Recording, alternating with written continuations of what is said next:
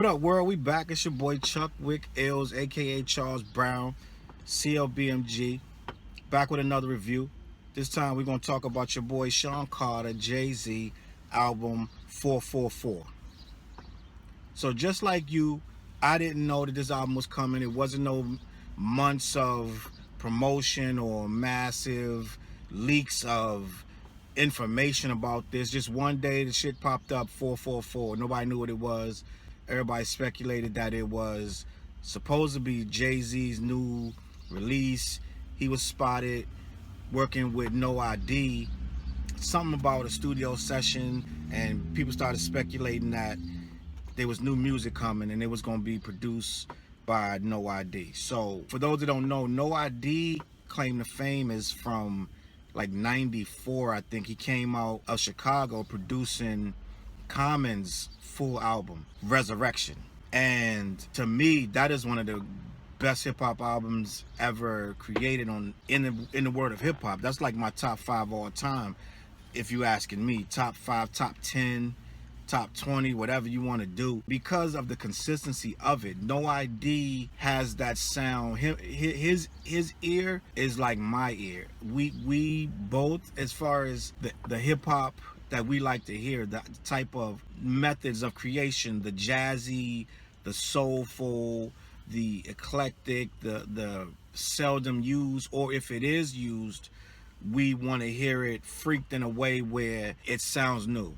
And with a lot of hip hop back then, a lot of the stuff was being created new because we hadn't heard it that way. The way Tribe was doing their music, the way a lot of acts back then, Premier, Gangstar, Lords of the Underground, EPMD, Big Daddy Kane, Jazzo, a lot of people was chopping up soulful sound, soulful records, James Brown, a lot of funk records, a lot of Parliament, a lot of Sly and the Family Stone.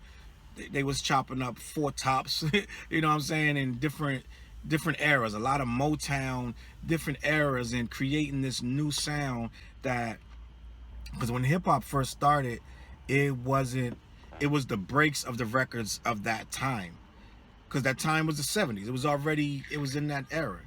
So at that point, we was getting it wasn't old yet.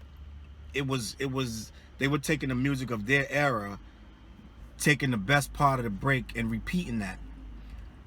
That's the 70s, mid 70s, late 70s, early 80s. But as it went on, we started, when the younger generation started coming up, we started digging back even a little further because it was getting old to us. So we started pulling from 60s soul and 70s funk, but we were late 80s, early 90s, so this stuff was already old. So by then we were blowing the dust off stuff and making it into something new, taking a James Brown loop, taking the horns from James Brown, taking the singing from Sly and the Family Stone, looping that, putting that over a break beat, got a whole new song. Now it's hip hop. So that's what we were doing, and that ended up in turn becoming what you hear today, the sound of a new generation. Once we took they started creating these electric drums. I remember my sister like, Charles, they got drums now, you could do electronically. You don't even have to play the drums. Like, believe it or not, at one point that was a big deal. The early drum kits, that was amazing, because before that you were either sampling drummers from an old record, or you were getting in the studio with a full drum set, playing freaking a whole new beat out of a drummer. If you didn't have a drummer, you couldn't make a song. You needed a drummer. You need to hire that man, pay him by the hour or whatever. You paid him a flat rate to sit there and figure out what drums you wanted. It was crazy. So when they came out with electronic drums, that changed everything. So what we ended up doing was, as a culture, we started taking those drum kits and those drum machines. First, in the early days, it was these weak ass drum sounds in these keyboards that wasn't worth nothing. Like if you were trying to make that without a real studio, you good luck, because it was going to sound crazy. It's gonna sound really weak. It's gonna sound canned, and it was gonna sound like you were toying with a kid's toy as opposed to making real music. So Rick Rubin and those guys from that era learned how to boost those drums and boost those electronic sounds that were really thin and weak, and they took them, amplified them, made them into these powerful, these strong kicking snares that now the b-boys could dance to this, they could break to this, and we could get these hard ass rhymes over these strong hard kicks and snares, these hats, these 808s, and all of these things that now are the typical sound of a hip-hop record. So once we started getting that sound, we started to flesh out what we were going to be.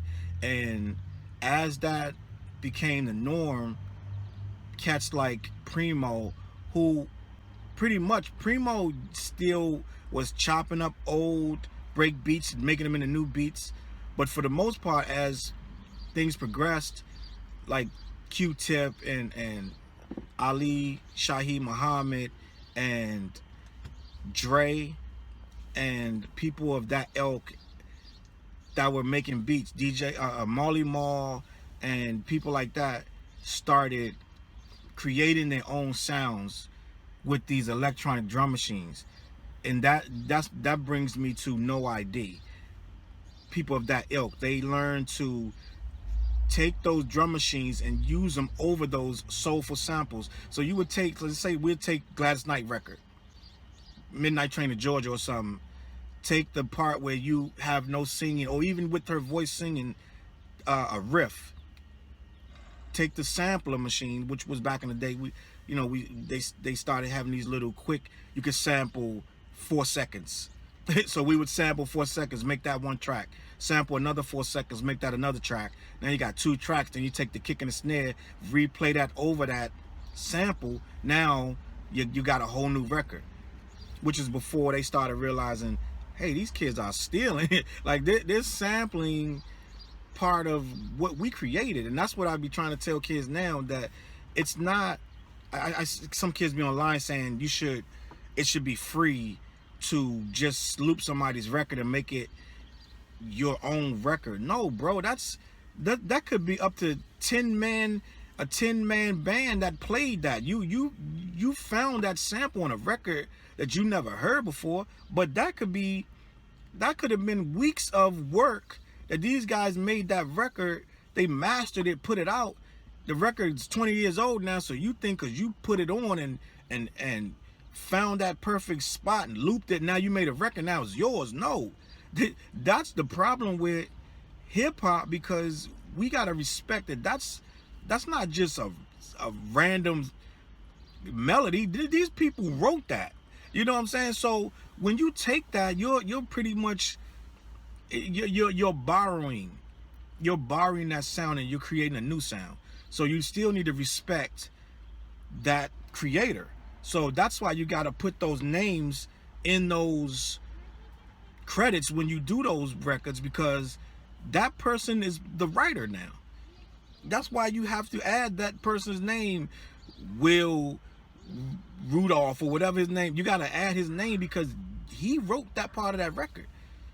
So I say that to say this. So you're taking these samples and now you're making a new song. Hip-hop became very adept at making new songs from old records. EPMD took some of the most soulful loops. Even some of their loops weren't even soul music. They were looping rock.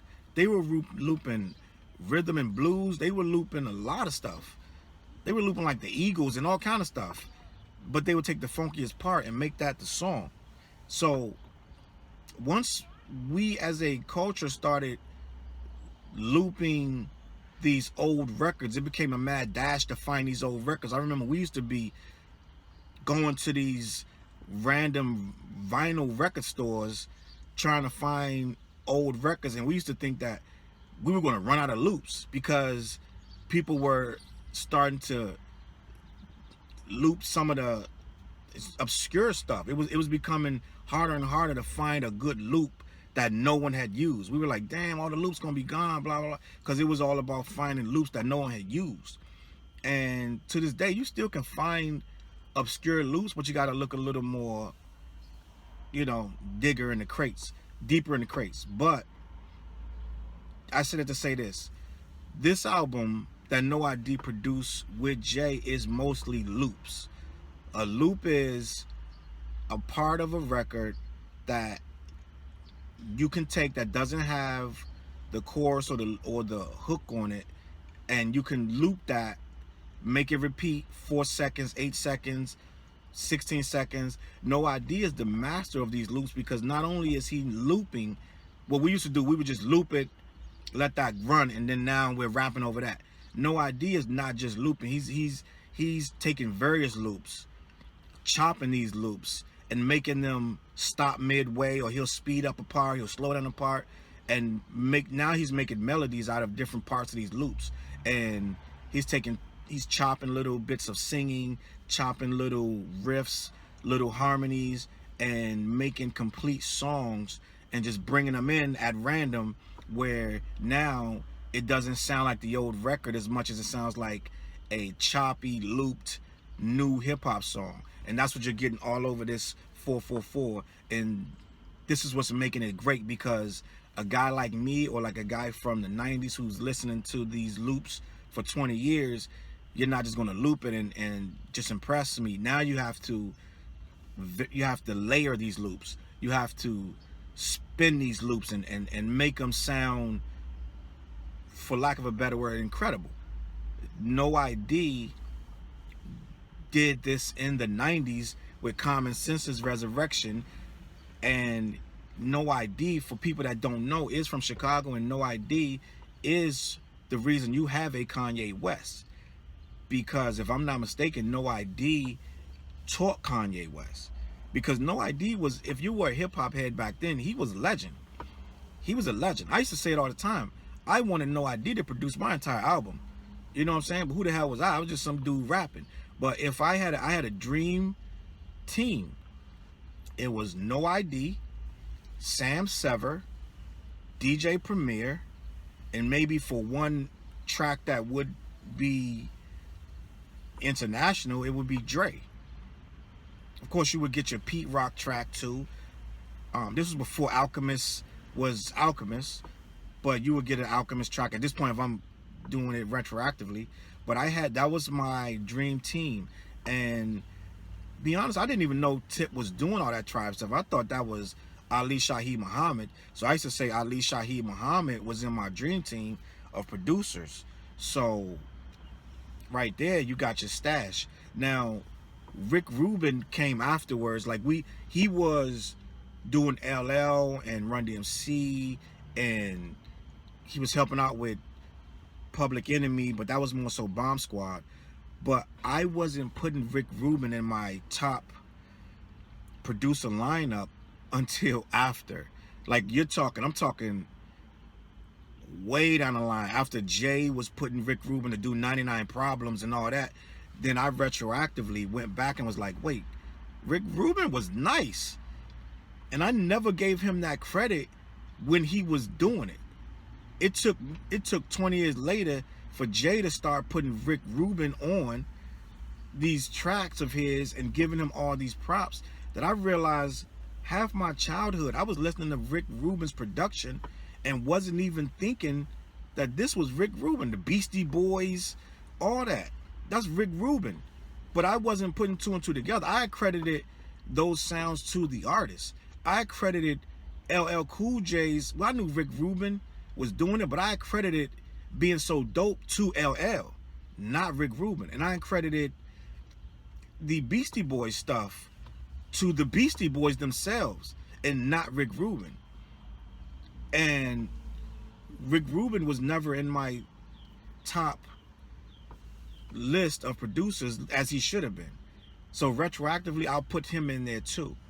But in a couple, like Beatnuts. Beatnuts is in my top list of producers. Right there with anybody. I'll put Beatnuts, and I'll put the guys who, what's these guys' name? Beat Junkies, and a couple other guys. There's a couple other guys that I really revere, but I digress. So we're talking about No I.D. So now let's get back on topic. No I.D. is tapped for this Jay-Z album. If you are a hip hop head, a true pure hip hop head, you know that Jay-Z tapped No I.D. because if there is one knock on Jay-Z's career, which there are many knocks, but if there's one knock on his career, it is that he does too much commercial music to be taken seriously by a purist. And he does too much vapid or too much vain rap, too much rap about coke and money, and his beats are too commercial to ever be placed.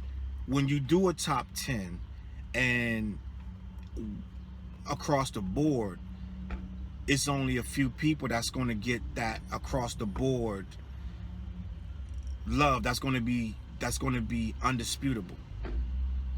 When you start to break down the greatest of all time, and when you start to get to Jay-Z, you're going to have these knocks, and one of them is going to be the production.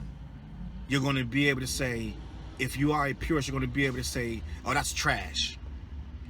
A purist is going to immediately say, Watch the Throne is trash. They're going to say that because of some of the Euro beats, some of the not so pure beat selection on it, even though the album is nuts. Watch the Throne is crazy. But you ask a purist from the 90s or that 90s frame of mind, he's going to hear No Church in the Wild and say, fuck that Euro trash shit. Because the beat is considered a quote-unquote Euro beat. So if I'm Jay-Z, I'm going to know that at some point, this ain't about the money no more. He ain't rapping for the money no more. He don't have to make a Give It To Me, or he's not competing. He ain't competing with anybody at this point. Like, you can say what you want. I don't know who he's competing with. There is no competition with Drake. He's not making that kind of music. Drake is I think Drake like 40%, 30% rap right now. There is no talk. This ain't even a conversation anymore. This ain't a conversation. When Drake started doing 3 and 4 albums in a row, pure rap, then maybe. This ain't even we're not competing with Drake. We're not. This ain't that. He's singing on half his shit, if not more. So who else he competing with? He's not competing with Kendrick. Jay too far in the game. He don't compete. That's not his competition. He's not competing with J. Cole. He signed J. Cole. He's not competing with Nas. Nas haven't dropped an album. I don't know. What's the last Nas album? Life is Good. I don't know. He may have an album after that off the top of my head. But Life is Good is about 7 years ago, if I'm not mistaken. I don't know. But who is he competing with? So at this point, you thinking, if I'm Jay-Z, I'm like, I don't need to compete. At this point, I need to be as I just had my wife drop this album, pretty much calling me everything in the book. I wanna address this shit. You know what I'm saying? And I'm not gonna address it with a bunch of turn up. You know what I'm saying? Jay in his 40s, he pushing 50. At this point, you're reflecting. This ain't about let me compete with Lil Yachty and Lil Uzi Vert and Kodak Black. These niggas might not even be here in 2 years. Like, who gives a fuck what these niggas rapping about? You know what I'm saying? This shit, I don't need to compete. That ain't even a contest. You know what I'm saying? So, who am I competing with? At this point, I'm competing with my inner self. And my inner self at 46, 47, we don't turn up. You know what I'm saying? Right now, we reflecting on, I might not be here tomorrow. What do I want to say? So you're taking that mentality into this project. You're taking the bullshit from Kanye. You're taking all this bullshit that I got to deal with this guy. You're taking all the innuendos from your wife on Lemonade. Pretty much the whole damn album is about your ass. What do you feel about that? Then you're looking at when you go into these multi-million-dollar buildings and these multi-million-dollar meetings and these multi-million-dollar corporations, you're not seeing nobody with your skin color. Then you're like, why is that? And if the guy is up there, he ain't you. He ain't thinking nothing like you. He ain't thinking nothing about the people that ain't up in that level. He only thinking about the people that's on that level or higher. So who's talking to the people that ain't on that level, that don't know how to get there? When you were 16, when you were 26, and when you were trying to figure it out, who was telling you? No one. So you're talking to these people. You're feeling this injustice of these prison systems and these biased laws. You're older now, so now you're seeing, what if I had wasted away 20 years in jail for some shit I did? You're reflecting on all this. So now you're getting, this might be my last album. I don't want to go out with some dumbass song about bitches turning up and dumb shit. So it's like, I don't want to go out with some whack ass love song. I'm not calling Pharrell to do some grown and sexy bullshit about going out to eat dinner and getting sexy. We're not doing that. So where are we going with this? Do I need to get Kanye and do some beats or do Watch the Throne 2? Or do I need to call Timberland and get some fake tuxedo shit? No, at this point, this legacy right now. Jay dropping the album. First of all, Flex called him out, said that we already know about you. We already know that you jump on a hot song once or twice a year. You ain't the streets no more. You ain't hip hop. Nobody's checking for you. You're washed. So you got this in your ear. You got this bum nigga, old ass nigga talking shit, talking about don't text me in all caps, and you ain't running shit around here, and we already know your website washed, and you know what I'm saying? Just talking reckless and crazy. So you got all this shit on your mind. So the worst thing you could do is try to come out and try to be hot. You can't follow none of the trends out right now, because you're done. At that point, the game has officially swallowed you. You're washed. You chasing the game at that point. So nah, this dude is a master thinker. This dude fell back and said, instead of chasing all this shit, instead of coming out trying to be Future, Drake, and Migos, when none of these niggas is on my level. I am Hove. None of these guys on my level. This is not even a question. Why would I come out trying to sound like any of these motherfuckers? What I'm gonna do, I'm gonna go back 20 some years, and I'm gonna reach and get a sound that I want my legacy to be. And it's not gonna be all cluttered with all these different producers from here, there, all these different sounds, and they trying to tell me, and I'm trying to pull out. No, I know exactly what I want. I'm gonna think Jay probably was like me. He always wanted a No I.D. record, the entire record. This ain't something this man just figured out. I think he knows No I.D. is dope. He knows Common is dope. He knows Resurrection is dope. Jay Hart is in the underground, if you don't know that. But he a businessman that's not gonna be broke. So he did his record. He did Give It To Me and all this shit. But at this point, his heart is with the underground. Why you think when he signed, why you think Ghostface still on Def Jam? Jay-Z put Ghostface on Def Jam forever. Think about it. When Ghostface was, when Jay-Z was the president of Def Jam, if you notice, Ghostface dropped albums with no promotion. Ghostface would drop an album every time he felt like it. Ghostface had two hits. Shay Shay La, he had the Shay Shay La Ghost, the Tommy Mottola, and then he had the other one with Neo. After that, Ghost didn't have no hits.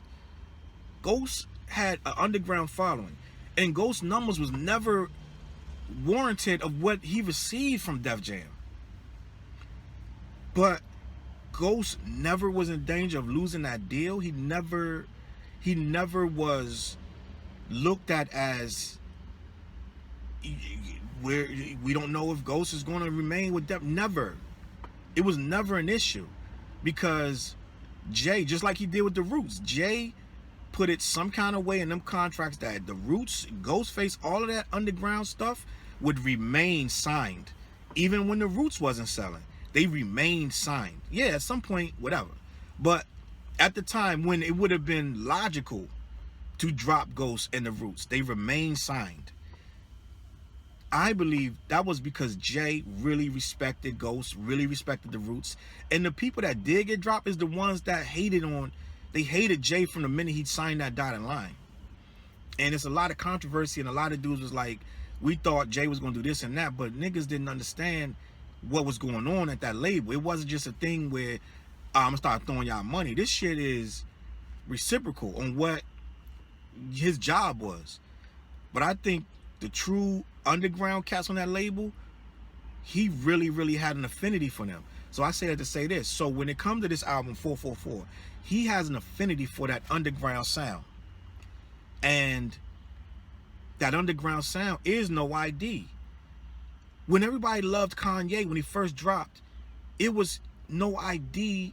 production that made us fall in love with him. The production that No I.D. brings is unmatched. It's unquestionable.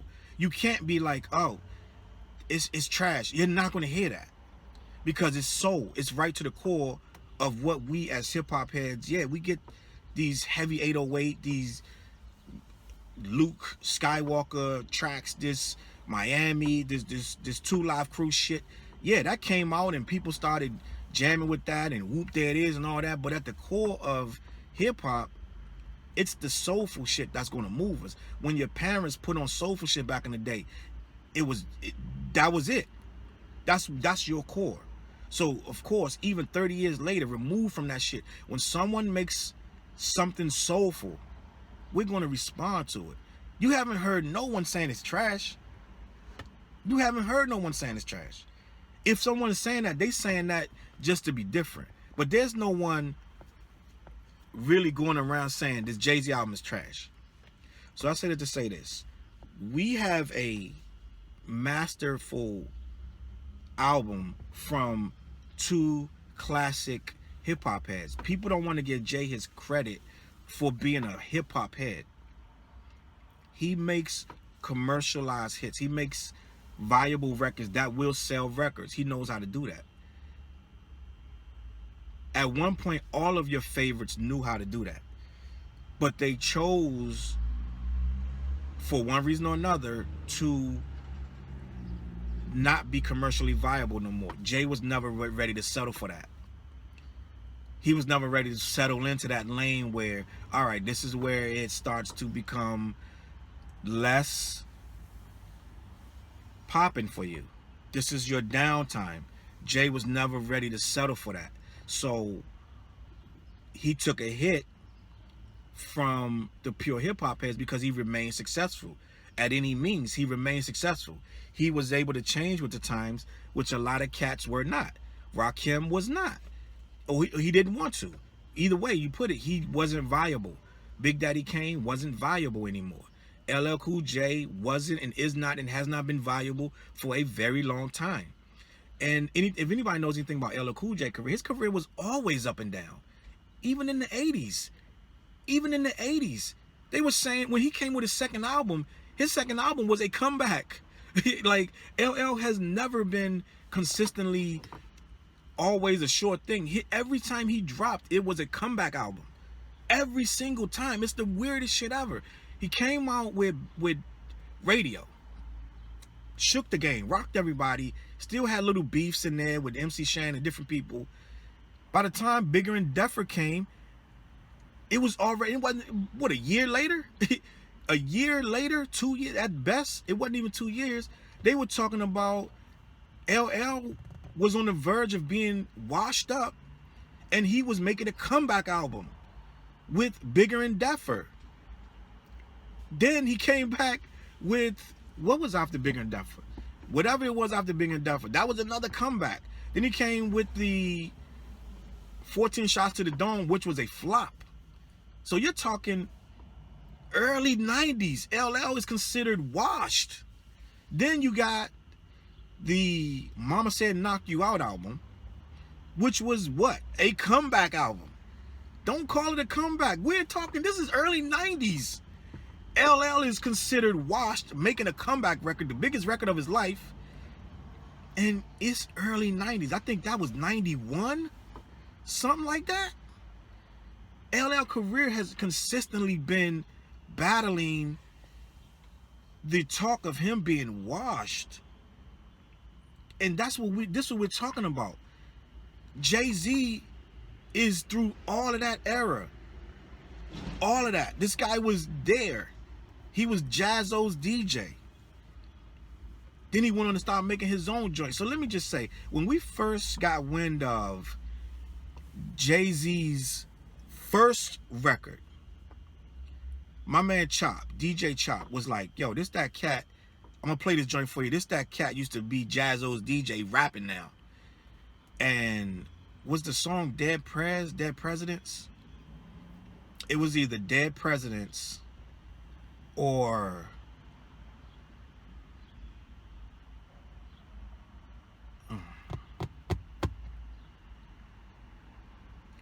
I can't remember the exact song, but Jay-Z's first song. We sat, he put it on. He had the whole DJ set. He put the joint on, let it play. Everybody sat and listened to it. We was like, that joint all right, because what you expecting from a DJ? You thinking it's gonna be, most DJs is trash rapping. Most of them is garbage. Pete Rock, when he started rapping, that shit was trash. I think the more Pete Rock started rapping on those CL Smooth, Pete Rock and CL Smooth records, that's what made them start falling off, to be honest with you. That's just my personal opinion. Pete Rock is a dope ass producer, but he shouldn't have been rapping. Not at that time. That's when we was listening to every word. The skills had to be apparent or you was out of here. You know what I'm saying? So when Pete Rock started doing too much rapping, just like when Vinny from Naughty by Nature started doing too much rapping, yeah, he was writing the rhymes, supposedly. He was writing all the rhymes for Naughty by Nature. But Tretch was saying them, and Tretch was knocking the shit out the park. When Vinny started rapping too much, that's when Naughty by Nature started to not be as strong as they were.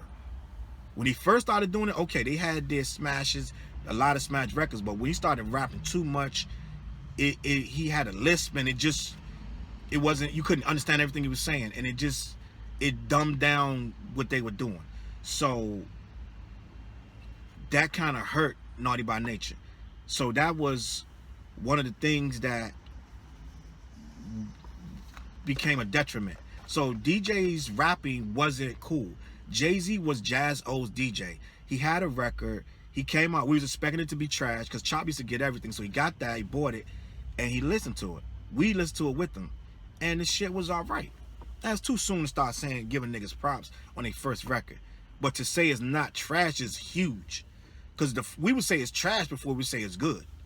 Back then, we like, before we say your shit was nice, it would be trash. You had to be nice. So for us to say this random DJ, the Hawaiian Sophie nigga, the record was okay, and we're like, all right, we're gonna wait and see. The record was that good that we was like, all right, fuck it. That shit was all right. We give him enough, you know, we're gonna listen to the whole, when he come back out with something else, we're gonna listen to that shit. So fast forward, I believe Chop ended up with another joint from Jay. So he played that. One of these shits was, we got it off a mixtape or something. And I think that one in my lifetime was something. So all right, so he 2 for 2. This dude got 2 nice joints. All right. And back then it was mad rap coming out, all kind of shit from everywhere. Everybody was rapping.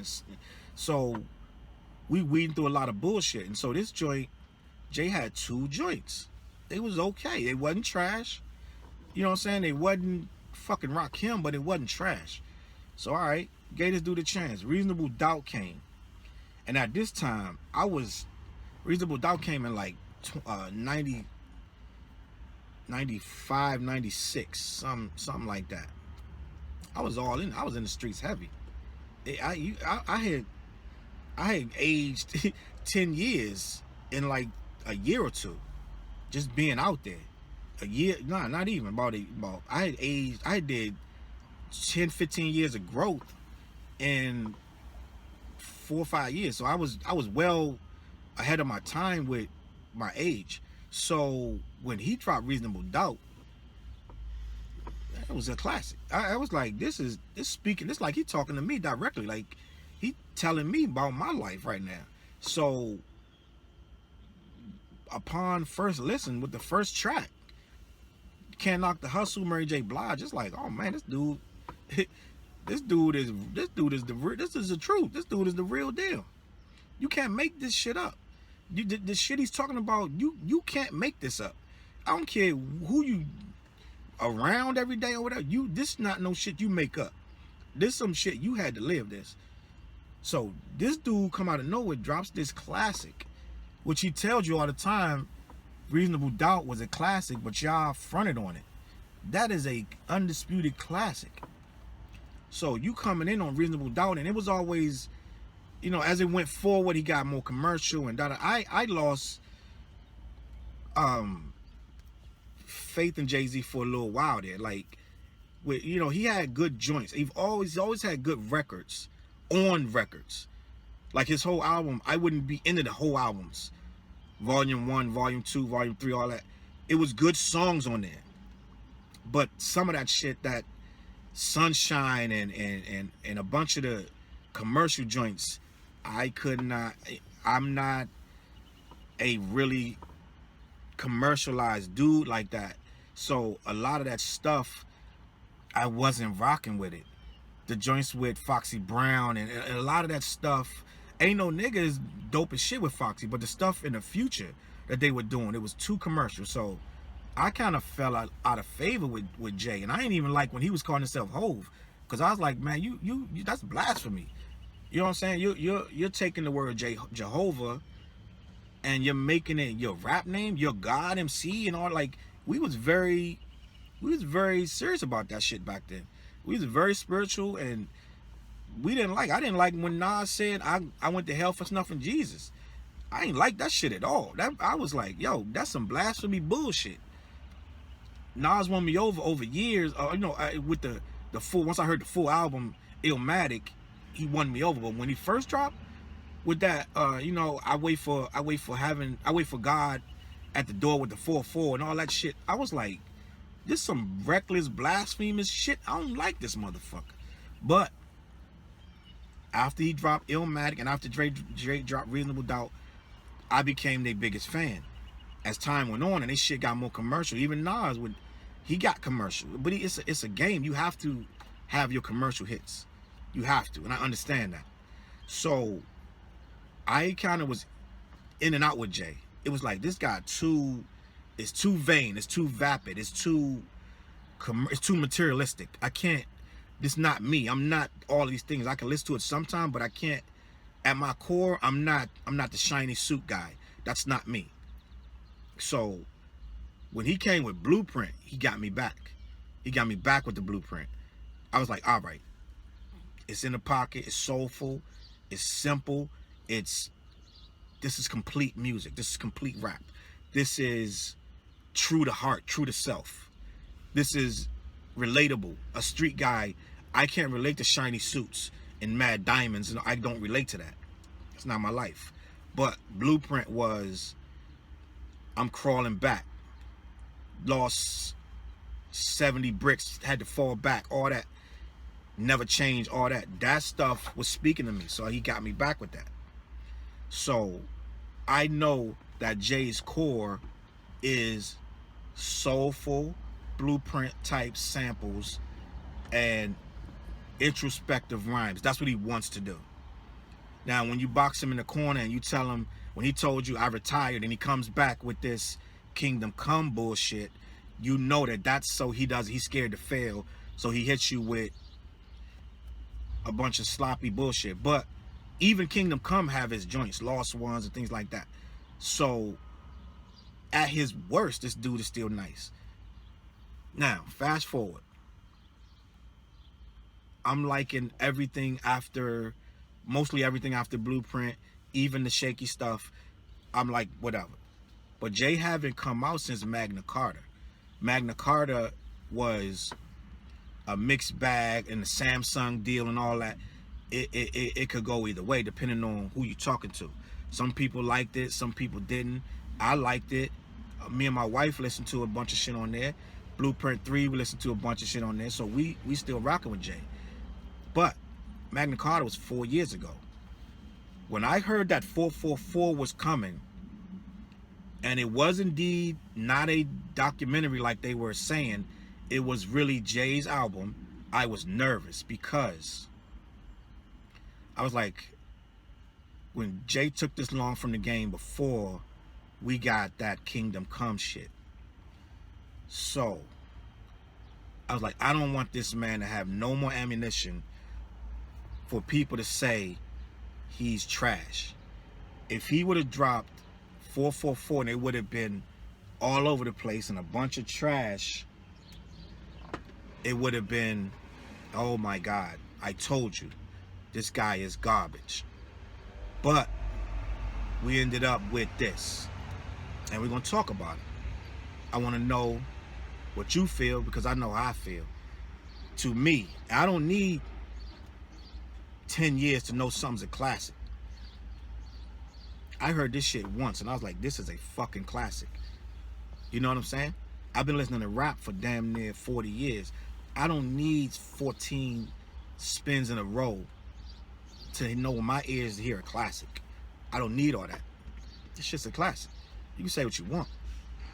This shit is a certified Source magazine, 5 mics, a double XL magazine, extra, extra, extra large, all that shit. Whatever measuring stick you want to use, this is it.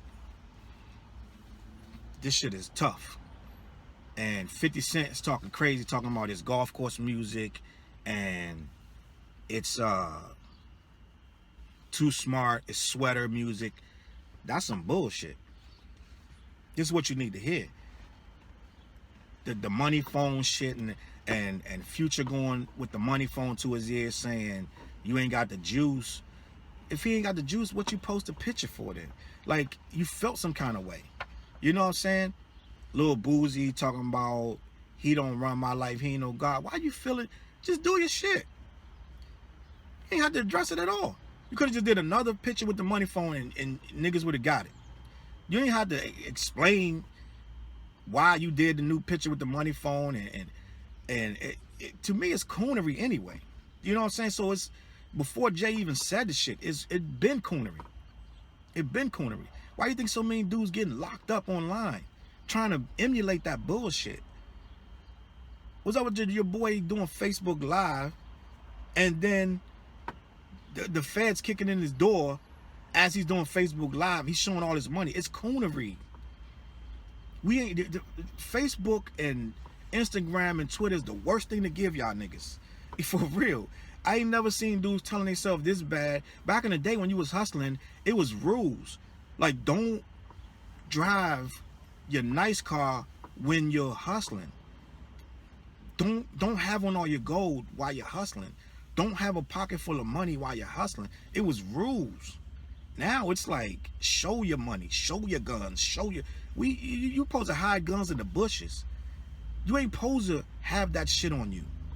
Now it's, let me show my gun, let me show my money, let me show my gold, let me show all this shit and tell you where I got it, how I got it, and how you ain't got it. That's the new rules, and it's crazy. Jay is telling you old rules. But at some point, y'all gonna either get it or you not. So I, for one, applaud this album because it's it's telling you how to not be a buffoon. It's telling you to think about buying buildings, buying paintings, equity, credit, stocks. What rapper's talking about that? 50 Cent, if that's too smart, then you're fucking dumb. I'm gonna be honest with you. If this dude telling you how to stay out of fucking jail and how to increase your portfolio, and instead of throwing that money in a strip club, put that shit in a bank, and that's too smart for you, then we see why your ass is in court. And we see why your ass is doing bankruptcy. And we see why you owe Rick Ross's baby mom mad dough. You're dumb. And we don't need no more dumb rap. We had 20-something years of dumb rap. We don't need no more of that shit. We need smart rap. So if putting a sweater on to you is smart, then you need to put a fucking sweater on. At one point, 50 was in the top 10 of richest motherfuckers. Now, niggas that just started rapping 2-3 years ago could match dollar for dollar with this nigga. It's sad. So this what we gonna do. The motherfuckers who smart gonna go ahead and try to absorb some of this game. That's what we gonna do. So while niggas, and it's a millionaire on a fucking Instagram post in a wife beater with a hat on trying to look gutter. Nigga, you're not gutter no more. You're a grown man, bro. Don't you own vitamin water or some shit? Like, you're not hustling no more. Come on, bro. Come on, man. Come on. Anyway, 444. Let's do this.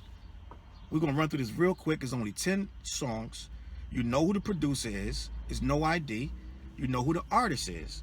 Now, various songs do have guest appearances. Beyonce's on here. The Dream's on here.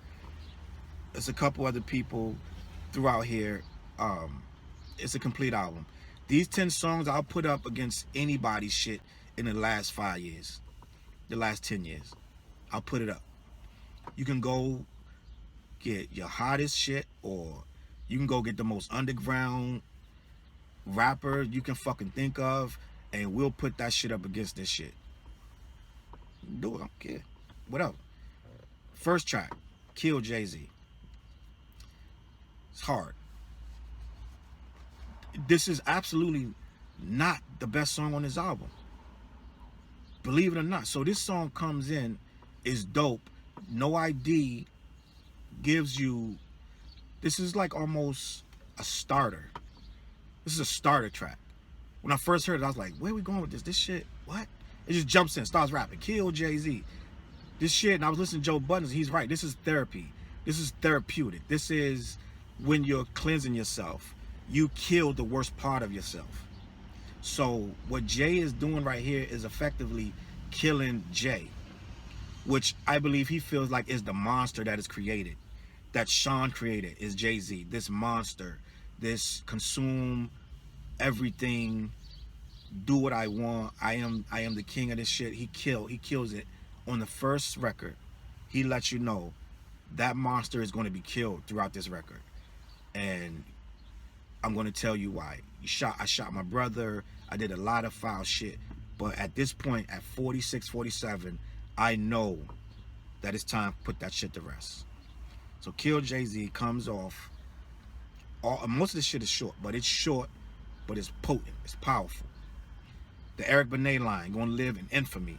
I think Eric Benet was already looked at as the biggest dummy ever for cheating on Halle Berry, and with the dumbass excuse, I'm a sex addict. But at this point, it's a wrap. It's kind of like when it used to be cool to say Trump and people got it. As soon as you said Trump, everybody knew you were talking about being rich. Money like Trump. That's what Eric Benet gonna be. A dumb dude that's caught cheating. That's what Eric Benet has become. Next song. The Story of OJ. So this one is pretty much, you have your jazzy tempo, your jazzy melodies. He, No I.D, the producer, he masterfully blended different piano riffs, for lack of a better word. Different. He took quite a few of them and layered them and made it into this sonic.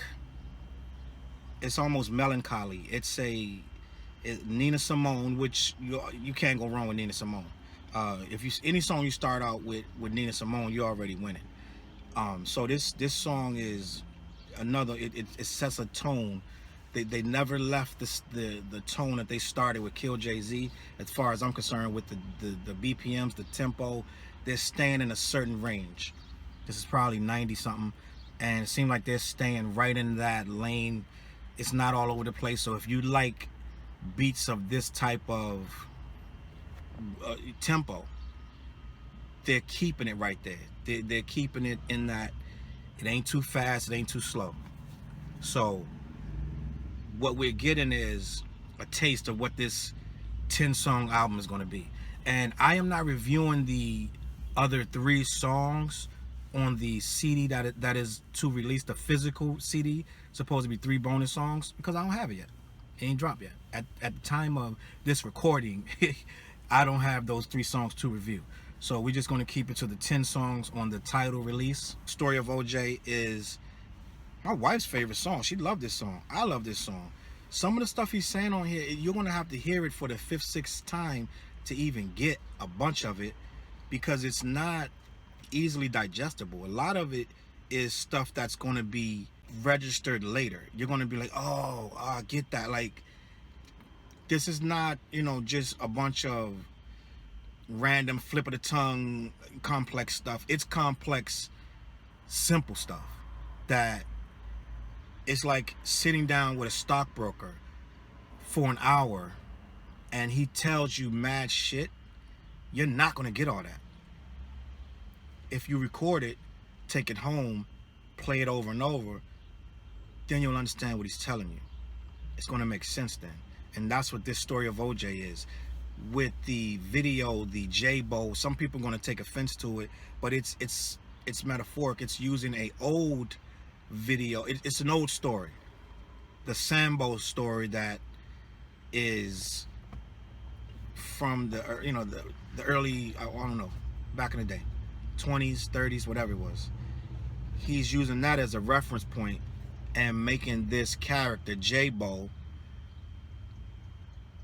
he's using that to distinguish different variations of being black, and he's putting himself in all of those different variations. Now, the story of OJ, with OJ saying, I'm not black, I'm OJ, that's really what OJ said. He really said that. It's not something that this guy Jay made up. OJ really said that. Now, this probably was the inspiration for, it's not really OJ's story, but it is if you're looking at it from a black man in America. The difference with OJ is he didn't consider himself that until he got in trouble. He consistently turned away from black people in his culture for what he deemed as success. And there's a lot of history behind why OJ ended up in the position he was in. But another good song. It makes the album even more deep when you come into your first song is Kill Jay-Z, the second one is OJ. So you already, if you can't handle this, cut this shit off. It goes deeper. If you just came here for the Beyonce shit, you might just want to look at the memes on Twitter, get it that way, because this is touching some next level racism, system classism, systemic bullshit. This is not for you if you just came here for the turn up. You know what I'm saying? So we just eliminate with the first 2 songs, we lost half the dumb Instagram bitches and the dumb Instagram niggas off the rip. We got them out of here. Go cut this off. Go put on some drama or something. Go do something else. we listening to this grown man shit. So, Story of OJ, we still rocking with this album. 2 songs in out of 10, it's nothing whack yet. Let's keep it moving. Next song, Smile, featuring Gloria Carter, which is his mom. So when you first heard this, your first shocker was my mom had 5 kids, either 4 or 5 kids, but she's a lesbian. I don't think I've ever heard Jay say his mom was a lesbian. I heard that and I just kept listening. I was like, wait, what? This dude just said his mom's a lesbian with 5 kids. What happened? So he basically, over this Stevie Wonder sample, just revealed to all of us that his mom is a lesbian. That's what you just heard. It is a very shocking, if I don't know her, so why would I know she's a lesbian? So that's a big, this is what this album is. This is cleansing. This is, I am cleansing. We heard him talk about his father before, his pops. That's been a recurring theme for 10, 15 years. My pops died. I barely know him. All this stuff about his pops. We never heard him say anything too emotionally distressing or private about his mom as we did with this song, Smile. This is next level stuff right here. So we've never got this deep into Jay-Z's mind. Smile is a great song. It is not trying to be anything other than this man's burying of his soul, putting secrets out there. He's telling you stuff you never heard, and kudos to this. This is therapeutic rap, organic, pure rap at its best, from someone who has every reason not to tell you this. This is a commercial man who has $1 million deals. He just sold Tidal to Sprint for like $220 million. He has every reason for this album to be as commercially successful as he can be. Now, you can say he's crazy like a fox, because as soon as you say my mom is a lesbian, you're going to get a whole different type of person gravitating to this song just to hear him say that. You're talking about a whole different market. Just like they try to say Lil Yachty, by putting gay people on his cover, was trying to appeal. But this is not that. I don't think Jay was trying to appeal to, gay people or lesbians or whatever. I think he just was telling his story and his mom's story. And I'm curious of why his mom let him say that. I'm just curious. I guess she was tired of hiding or what have you. But again, this is the longest song on here, and her little renditions, her poetry, they make me laugh. It's so funny, because I'm like, they're great. They make these songs great, but her reading is so hysterical to me. I find that hysterical. It is what it is. Ever since the Black Album, when she's reading, I memorize that stuff, and it just cracks me up. It's so funny to me, but it's also poignant. I like it. Let's keep it moving. Next song, Caught Their Eyes, featuring Frank Ocean. This is where we start moving a little bit. The tempo picks up a little bit. We get a little, it's a little more bombastic. It's starting now, we're picking up. It's starting to gain some steam. This song is fire. This is one of the hottest beats on here. Frank Ocean, never heard him like this before. He almost sounds like a sample. It almost sounds like a reggae guy, and they sampled it. But it is Frank Ocean. I know it's Frank Ocean because it's in the credits. But this is a dope song. Jay pretty much, he flowed on this beat. It's a lot of slick talking here. I like this record. I should have took more notes on it, but this is a dope song, and kudos to Jay for this song. Next song, 444. Now, this dude is cleansing his soul, and he getting a lot of cats in a lot of trouble, because we're not used to apologizing, especially for these type of things. A guy will spend the rest of his life denying that he even did this kind of shit. You know what I'm saying? And a guy will he'll go to his grave before he says, I was wrong, or before he says, I did any of this shit, and I know that it hurt you. Once you give up that kind of power, you're vulnerable. And that relationship at that point, you could be apologizing for that shit for the next 30 years. So with Jay coming out with a song like this, even academics was like, he got girls looking at him like, you might as well apologize now, like Jay did. You know what I'm saying? Because you know you got some foul shit that you ain't told me about yet.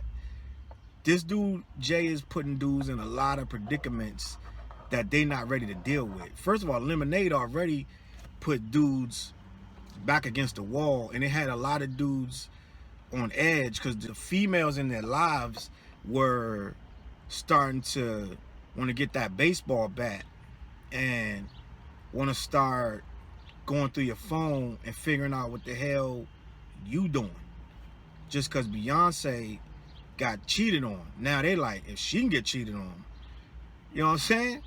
The fuck hope is there for me? So with this song, with him telling us with this let me alone Becky and menage a trois and you did what with who and all this, it's so revealing that I don't know how Beyonce sat in these sessions, and because they're saying that she was a big part of the production of this album. I don't know how she sat in these sessions and listened to half this shit. They must be in a really good space right now, because some of this shit is hard to hear and you're not even the one it happened to. You know what I'm saying? Like, damn, cuz, like, you really saying some wild shit right now. Like, if you're listening to this shit, like stillborns and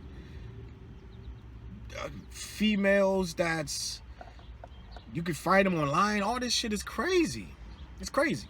So 5 songs in, we've heard more about Jay-Z right now. Jay-Z looking like Tiger Woods right now, you know what I'm saying? But at the end of the day, he's owning up to it. He's apologizing for it. He's manning up, saying that I was wrong. At a certain age, it's time, bro. It's time to, you can't be locking your phone forever and sneaking in the bathroom making calls. At some point, bro, grow the fuck up, bro. Either be with that chick or don't. Like, it's you're too old. You know what I'm saying? Like, I still see cats texting and locking their phone and creeping, and I'm like, bro, come on, bro. Like, at some point, man, just leave that girl, man. Move on with yourself. Like, at some point, be a player and be a real player. A real player don't have no ties to nobody. You know what I'm saying? Be that nigga. Like, don't be this nigga that's creeping all the time. Like, I can't be in my 40s, pushing 50, still creeping, still trying to figure out what I'm gonna tell this one, because that one want to do whatever. Like, that's lame, bro. Come on. Come on. So 5 songs in, I ain't heard nothing whack yet. Next song, Family Feud, featuring Beyonce. Beyonce, beautiful. It's a beautiful song. And I think that Family Feud is almost a response to Ye's records, or like Ye's rants and records and things of that nature. But at the same time, he's talking about the family being black people, people that like hip-hop, people that are of the same ilk, cut of the same cloth. And I don't even think it's just racial. I think it's, if you are built from the same ilk as this man and we relate to each other, that makes us family. And I'm speaking to you. And we can't progress if we're feuding. We can't become great if we're tearing each other down or we're doing dumb shit on a regular basis. This is another hard beat. No I.D. again. You couldn't. No I.D. I think Jay pulled out No I.D. I don't even think No I.D. knew he was this good. The stuff he's doing in this album, I don't think without Jay, it says co-produced by Jay, which means to me, Jay brought him a song. Like I would do. Like I would be like, I took Alicia Keys' song, Moment of Honesty. I took it to my man Chill, and I was like, Chill, make a song. I want this record, make it into something I can rap to. He cut it up, sliced it, made a song. That's what Jay did. I think Jay brought the Fugees sample, gave it to No I.D. I think he brought the Nina. I think Jay listened to a lot of Nina Simone. He brought the Nina Simone. He may have brought the Stevie Wonder. Maybe brought the Donny Hathaway. No I.D. probably did Donny Hathaway himself. But I think Jay had records in mind, brought him to No I.D. No I.D. took the record, and that's how it became what it became. I think Jay spiritually knew where he wanted to go, and No I.D. just became the vehicle in which he went through, and they made classic music together. So Family Feud, Beyonce is all over this. I'm still curious, do they still pay each other? Do they pay each other when they do these features? I personally, I don't think they pay each other. I think they do it and there's no paperwork. I don't think that there's a lawyer exchanging anything with anyone. I think they just, we in the studio, I think it's understood. Don't fucking ask your people, don't contact my people. We don't pay for each other's features. I think that's where we at. Next song, Bam, with Damian Marley. It's dope. Nothing's whack on here. When the last time, like, the only people that really still use reggae chants are people who really get this culture. Kendrick will still use a reggae artist. Even Drake will use a reggae artist.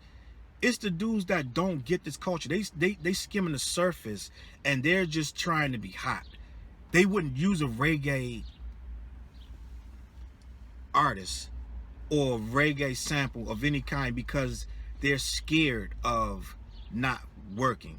A lot of these guys that's in the game would not. This is culture, bro. Reggae is culture. When you use that in a rap song, you're going all the way back to Kool Herc. That's culture, bro. Jamaican chants, all that. So Jay gets it. He's not afraid to do that. That's why we have songs like this with Damian Marley. Nas got a whole album with Damian Marley. This is why. Who do you see doing records with Damian Marley? It's up to people who are not scared. If you're scared to fail, you're not going to do this record. So this is another dope record. I like Damian Marley on this. And I don't even really listen to a lot of Damian Marley outside of the features he does with hip-hop artists. But when he does these features, they're good. Next song, Moonlight. Now this is if you're a Fugees head, if you're a historian of rap, you knew off rip when you heard this that this was taken from the Fugees album. You knew this was a Fugees sample. Even in the credits, it has all of the Fugees names as writers of this song, even though they didn't, all he did was sample it. So we got a dope ass Fugees sample, more talk about, you know, just grown up stuff, more confessions, more smart, just progression. Next song, Marcy Me. This could very well be my favorite song on here. The Dream is on here. The Dream, without he doesn't need the auto-tune. He accentuates this song perfect. The beats for this song is insane, and it's not just another Return to Marcy Project song. I think Jay tapped into, he went back. It's like he did a time machine, went back to the 80s, looked around and reported all that and put it into these lyrics. And some of this stuff, some of his flows, some of the wordplay on here is magnificent. And I'm not saying that just as a fan.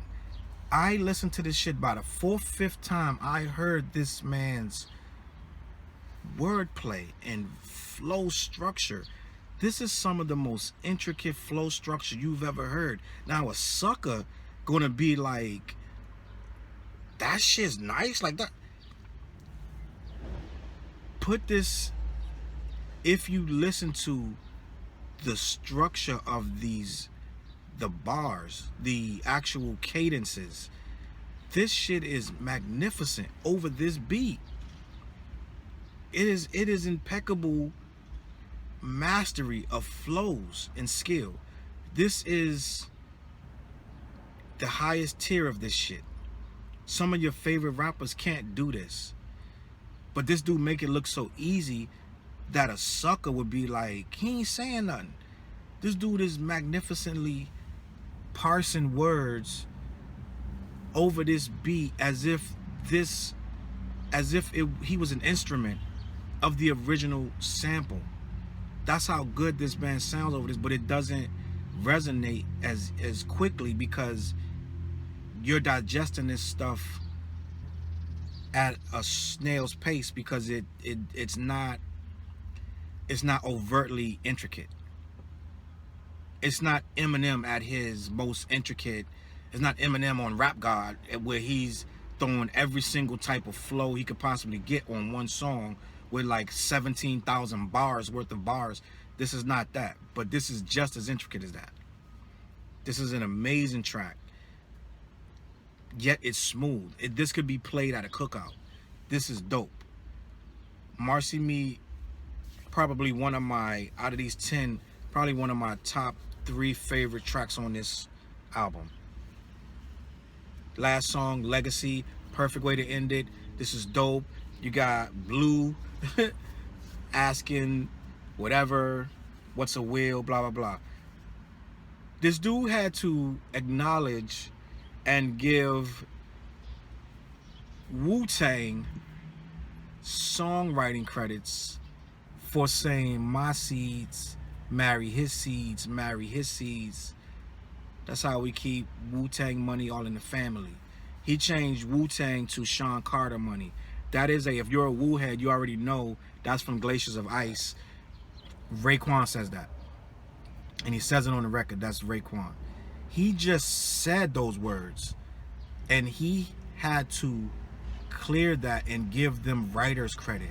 This is the era we're in right now, where it used to be you could sample any fucking thing, loop that shit, make $1 million off. It didn't matter. You didn't have to pay nobody. It is what it is. That's back in the day.